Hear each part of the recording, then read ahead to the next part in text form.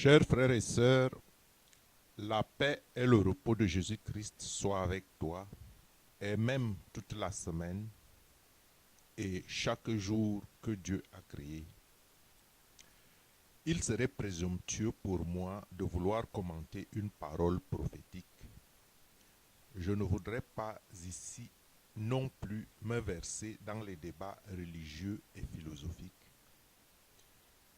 Je vous invite seulement à accepter la parole de Dieu et d'essayer de la comprendre telle qu'elle, et si possible l'examiner en profondeur, parce que la parole de Dieu s'interprète en 7 couches. J'ai déjà fait une vidéo adaptée à ce sujet des 7 couches d'interprétation de la parole de Dieu. Et pour ceux qui s'y intéressent, je mettrai un lien à la barre des commentaires et je ne reviendrai pas sur ce sujet puisqu'il est déjà traité dans une autre vidéo. Donc, je vous livre ici la parole prophétique du 24 février 2005. Et vous comprendrez que le sabbat n'est pas une affaire de l'Ancien Testament, et c'est pour ça que j'ai décidé de dédier le titre de cette vidéo: quelle relation entre le sabbat et les 1000 ans de règne du repos? Vous comprendrez donc que le sabbat n'est pas une affaire de l'Ancien Testament ou de l'Ancienne Alliance seulement concernant les fils d'Israël, mais que la parole de Dieu est éternelle et nous concerne tous, même aujourd'hui, tous sans exception. Donc avec cette vidéo, frères et sœurs, le Seigneur révèle prophétiquement la signification du Saint Sabbat, et vous comprendrez que lorsque l'Éternel Dieu décrète quelque chose, il y a toujours une signification profonde. Et je dis, malheur à ceux qui modifient ou ramènent la parole de Dieu à la compréhension humaine. Donc, on en vient maintenant au message proprement dit que je vais vous lire. Je joue le rôle de lecteur ici. Rappelez-vous, le sabbat est votre Dieu et il se rappellera de vous. Le nom du serviteur est ici anonyme pour la seule gloire du seul nom de Dieu. La parole du Seigneur à son humble serviteur et pour tous ceux qui ont des oreilles pour entendre. Ainsi dit le Seigneur à son serviteur concernant le sabbat, le 7e jour de chaque semaine. Le samedi est le jour dont tu te souviendras et que tu garderas saint. Oui, tu le garderas saint et tu te reposeras. Tu ne feras aucun travail ce jour-là, ni ta femme, ni tes enfants, ni aucun invité dans ta maison, à l'exception de ce qui est nécessaire pour ton foyer. Tu pourras également faire ce qui est bon et fructueux à mes yeux, selon ce que je te commande. Cependant, écarte-toi de faire ton propre plaisir et repose-toi de tes travaux le jour du sabbat. Ne marche pas dans tes propres voies, mais marche avec moi dans les miennes. Repose-toi en moi et commémore, car en cela tu m'honores et tu seras certainement béni. Ainsi, voici ce que je te commande. Tu te prépareras pour le sabbat au coucher du soleil le 6e jour, quittant tous tes travaux, comme je te l'ai ordonné. Tu te rappelleras et tu honoreras le sabbat du coucher du soleil au coucher du soleil. Tu te reposeras et seras en paix, car le temps vient où personne n'aura la paix, où personne ne pourra plus travailler. Mais toi, tu travailleras. Comprends ici que toi, tu travailleras. Il s'adresse ici, cette portion s'adresse ici aux messagers, porteurs de ces messages. Je continue. Au milieu de la profonde obscurité, tu serviras et en toi je rayonnerai, car je t'ai établi comme chandelier pour mon peuple. C'est ici pour le serviteur. Hein? Même si vous devez vous identifier dans ce message prophétique, vous devez vous identifier comme si cette parole s'adressait à vous. Et dans le jour où je t'enverrai, tu deviendras un phare lumineux et rayonnant. Par conséquent, chéris le sabbat, prie et adore, offre des actions de grâce en mon nom, sois rafraîchi et lavé dans la parole, renouvelé dans la présence de Dieu.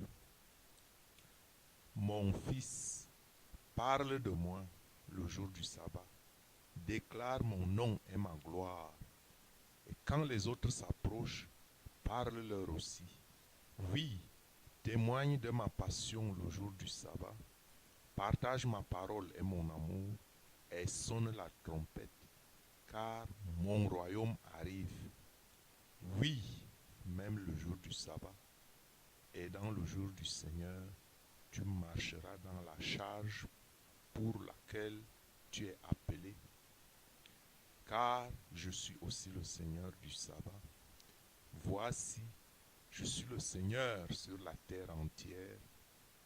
Le nouveau jour viendra ensuite, et si vous êtes prêts à l'entendre, c'est le 7e. Le sabbat du Seigneur, quand le monde entier se reposera de ses mauvaises actions. En effet, beaucoup de choses seront mises au repos le jour du Seigneur. Même la mort et la tombe. La ruine n'aura plus sa place et le mal sera retiré loin. Car, comme il est écrit, ils ne blesseront ni ne détruiront plus dans toute ma montagne sainte, car la terre sera pleine de la connaissance du Seigneur, comme les eaux couvrent la mer. Par conséquent, prie constamment que tu sois compté digne d'entrer dans son repos, pour demeurer dans la présence du Seigneur pour toujours.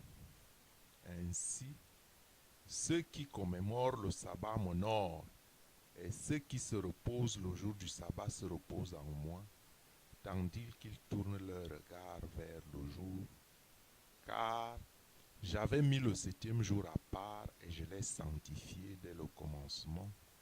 Ainsi, cela a été un signe entre moi et mon peuple, même jusqu'à ce jour, et ainsi en sera-t-il pour toujours.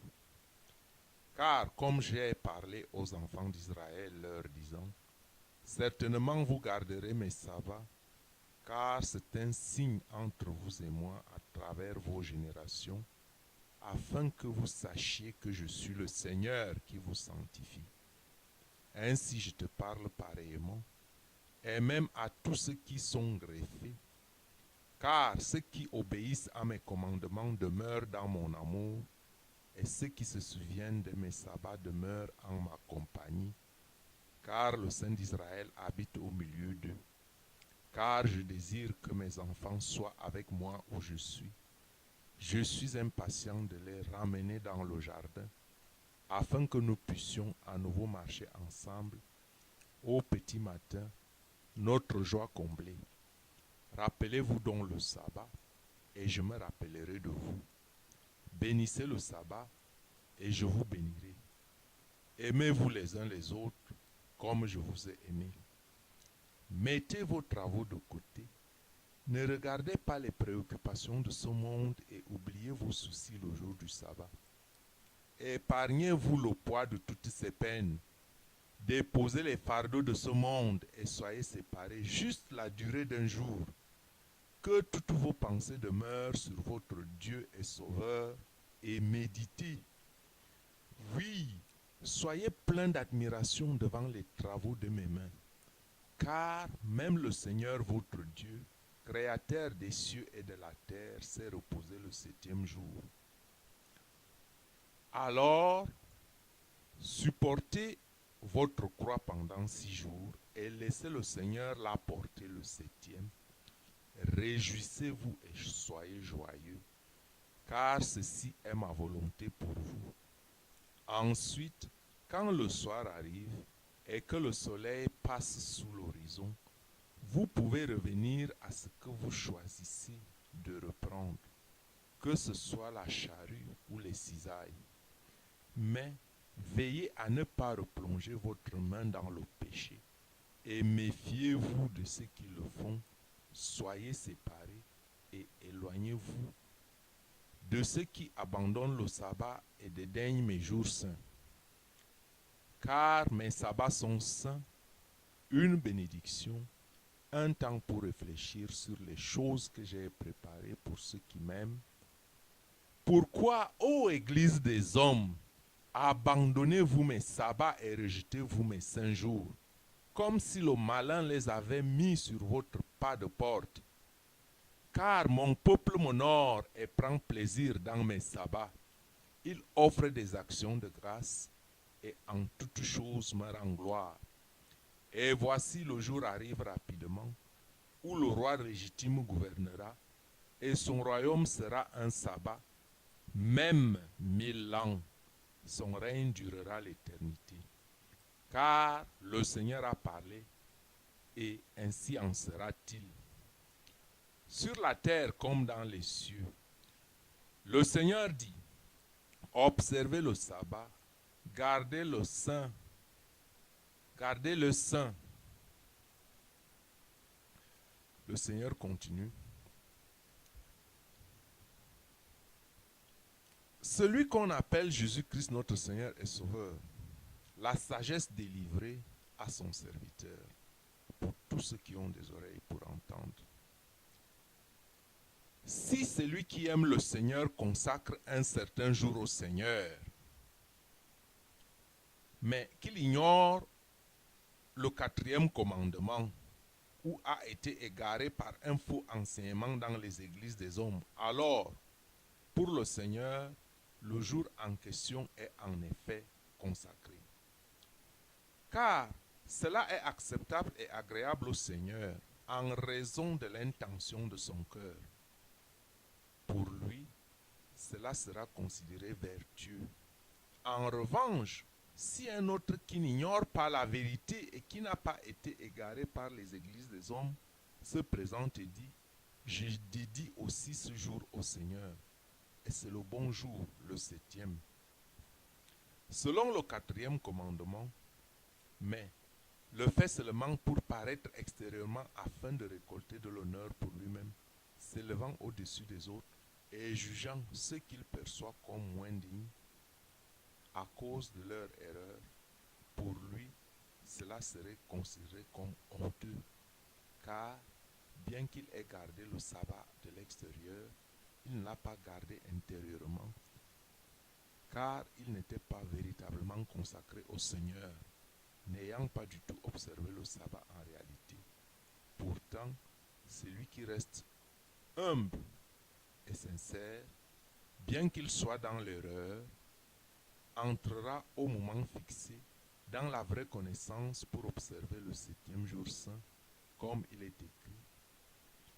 Car il l'avait déjà respecté dans son cœur. Car il est beaucoup plus facile de déplacer quelqu'un dont le cœur est à la juste place au jour correct que de déplacer quelqu'un avec un cœur fou vers une place qui est juste s'il estime déjà y demeurer.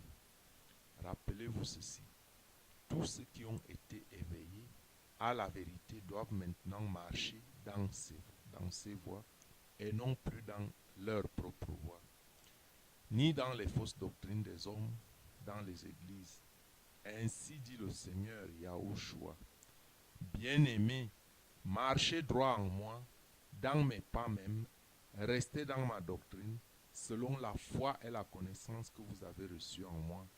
Progressez vers la perfection, en toute confiance, gardez les commandements, car vous témoignez de la vérité par votre exemple.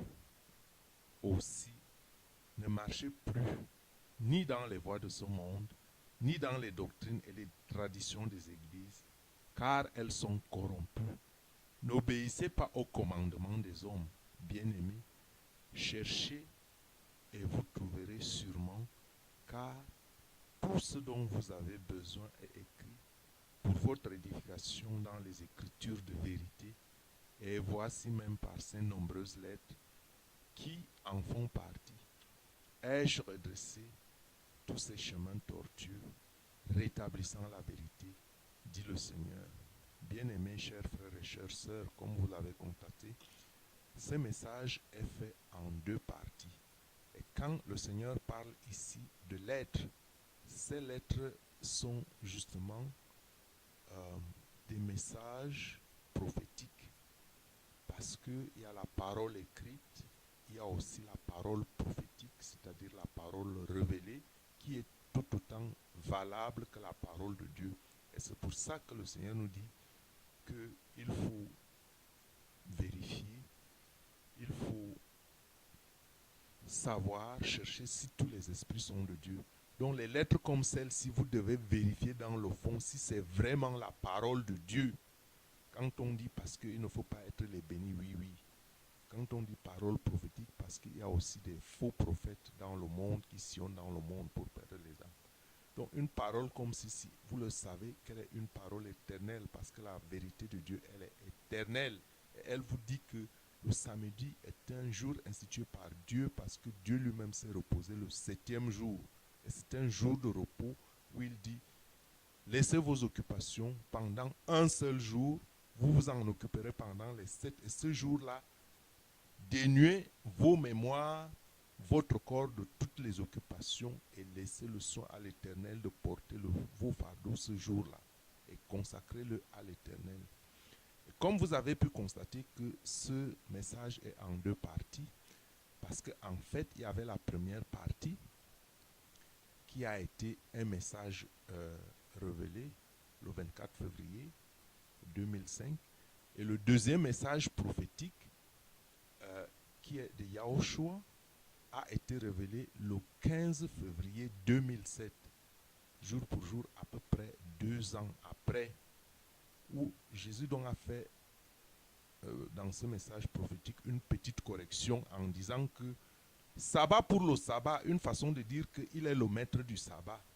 Que si quelqu'un ne fête pas le sabbat maintenant parce qu'il est dans l'ignorance ou parce qu'il s'est trompé par les enseignements modernes qui ont institué le dimanche comme jour de louange du Seigneur, ce n'est pas grave. Si quelqu'un est dans cette erreur, ce n'est pas grave. Parce que lorsque le sabbat sera restitué, il a déjà une disposition spirituelle dans son cœur. Cela lui vaut quelque chose de bien. Mais si quelqu'un déjà, à partir du moment que tu prends connaissance du sabbat du Seigneur, que tu persistes dans la mauvaise voie, alors cela te sera jugé à tort parce que tu connais la vérité, mais tu foules au pied quand même le 4e commandement. Parce que le 4e commandement, il est écrit, ce n'est pas pour une génération. Les commandements de Dieu sont pour toutes les générations, même si nous sommes dans la nouvelle alliance. C'est pour ça donc qu'à un moment donné, vous avez entendu le message de l'Éternel et à un moment donné, vous en avez entendu comme si c'était un autre ton. Non, le Dieu est unique. Dieu le Père, Dieu le Fils, Dieu le Saint-Esprit. Et le message est juste un peu en deux parties. Et la deuxième partie essaye de ne pas amener la division dans le corps du Christ. Que les uns commencent à dire, moi je fête le dimanche et l'autre, moi je fête le samedi. Non. Le samedi est le jour institué par le Seigneur, mais si les églises, ceux qui ont mis vraiment leur foi en Jésus-Christ, fêtent le jour du repos le dimanche, si la foi vient vraiment de leur cœur, leur sera compté de bon. C'est pour ça que j'ai dit que je ne souhaite pas commenter ce message et je ne souhaite pas me mettre dans des discussions philosophiques et religieuses pour dire que c'est le samedi qui est bon, c'est le dimanche qui est bon. Le Seigneur lui-même n'a-t-il pas dit qu'il est le maître du sabbat?